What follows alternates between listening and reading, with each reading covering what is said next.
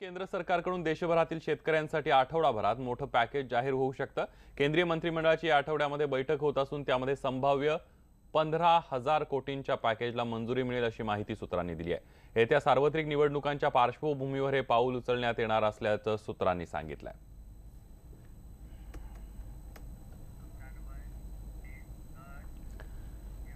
आता बातमी आहे गेल्या काही दिवसांपासून सूचक विधानांचा धडाका लावणाऱ्या नितीन गडकरींनी केलेल्या एका गर्भित विधानाची।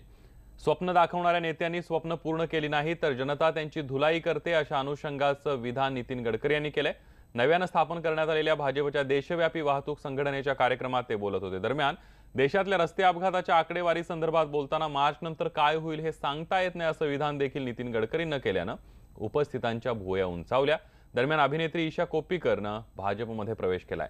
भाजप वाहतूक संघटनेच्या रस्ते वाहतूक सुरक्षेची ब्रँड अँबॅसेडर म्हणून ईशा कोप्पीकर यांची नियुक्ती होणार आहे। दूसरी सपनों की और एक विशेषता है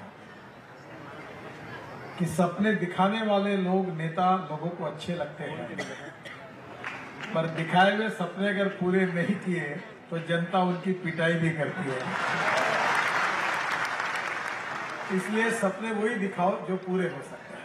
मुझे बताया ईशा जी भी रोड सेफ्टी में काम करती है, हम भी लगातार इसके लिए काम करें। केवल 5% लोगों की डेथ कम हुई है। मैं चाहता था कि मेरे 5 साल जब पूरे होंगे तो मैं 50% लोगों की जान बचाऊंगा। अभी मालूम नहीं मार्च में क्या होगा, पर इसमें उतनी सफलता नहीं मिल पाई और मैं उसको स्वीकार करता हूं। और इसलिए आपसे अनुरोध करता हूं कि सेफ ड्राइविंग, फ्यूएल में बचत और कमाई, तीनों बातें आपकी बननी चाहिए। कल्याणमध्ये पार पडलेल्या वंचित बहुजन आघाडीच्या सभेमध्ये एमआयएमचे सर्वेसर्वा असदुद्दीन ओवैसी यांनी भाजप संघ आणि काँग्रेसवर जोरदार हल्लाबोल केलाय। नुकतेच जाहीर झालेल्या भारतरत्न पुरस्काराच्या घोषणेवरून ओवैसी यांनी भाजपला लक्ष्य केले तर चौकीदार चोर हे म्हणणाऱ्या राहुल गांधींना त्यांच्याच डायलॉग वापरून असदुद्दीन ओवैसींनी टीकास्त्र डागले। दरम्यान 25 फेब्रुवारीला शिवाजी पार्कवर महासभा घेणार असल्याचं ओवैसींनी जाहीर केलं। दरम्यान प्रकाश आंबेडकरांनी राष्ट्रीय स्वयंसेवक संघाची तुलना दहशतवादी संघटनेशी केली आहे। ये भारत रत्न अवार्ड तुमने कितने दलितों को दिया? बाबा साहिब को दिया, दिल से नहीं दिया, मजबूरी की हालत में दिया।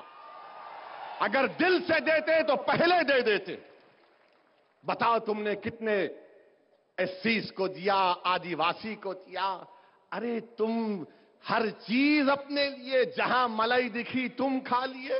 राहुल गांधी बोलते तो चौकीदार चोर है। हम राहुल गांधी से पूछना चाहते हैं, बताओ उस चौकीदार के बारे में आप क्या कहेंगे जिसने बाबरी मस्जिद के ताले खुलवा दिए? बताओ उस चौकीदार के बारे में आप क्या कहेंगे जिसकी मौजूदगी में दिल्ली की सड़कों पर सिखों के खून की होली खेली गई? बताओ उस चौकीदार के बारे में क्या कहेंगे जो आपकी पार्टी का था, जिसने बाबरी मस्जिद को शहीद करवा दिया? अब रोने से नहीं होगा, अब शिकायत करने से कुछ नहीं होगा। जिन लोगों ने, जिन सियासी पार्टियों ने, जिन समाज के बड़े बड़े लोगों ने, जिन जन्यधारियों ने, जिन चड्डीधारियों ने हमको 70 साल रुलाया, उठो महाराष्ट्र के अंबेडकर के चाहने वालों, आज एक मुसलमान तुम्हारे से कह रहा है कि मैं तुम्हारे साथ खड़े होकर खड़ा हूं। आज हम मिलकर उन तमाम लोगों को रुलाएंगे जिन्होंने हमारे बच्चों को रुलाया। स्वातंत्र्य मिळालं, लोकांनी जल्लोष केला की आम्ही ब्रिटिशांच्या राज्यातून मोकळे झालो। पण याच आरएसएसने 15 ऑगस्ट हा काळा दिवस म्हणून साजरा केला। नागपूरच्या रेशमबागच्या ऑफिसमध्ये, आरएसएसच्या ऑफिसमध्ये 2014 पर्यंत कधीही तिरंगा फडकला नाही।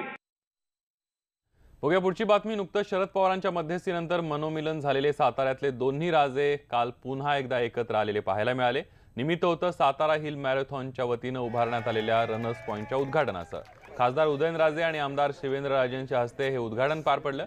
यावेळी साताऱ्याच्या रहिवाशांनी उदयनराजे आणि शिवेंद्रराजेंना सर्वांसोबत पळण्याची विनंती केली, मात्र तुम्ही सगळ्यांनी एवढं पळवलंय की आता पळायची हौस फिटली, अशा नेहमीच्या शैलीत उदयनराजेंनी उत्तर दिलं आणि त्यानंतर उपस्थितांमध्ये एकच हशा पिकला।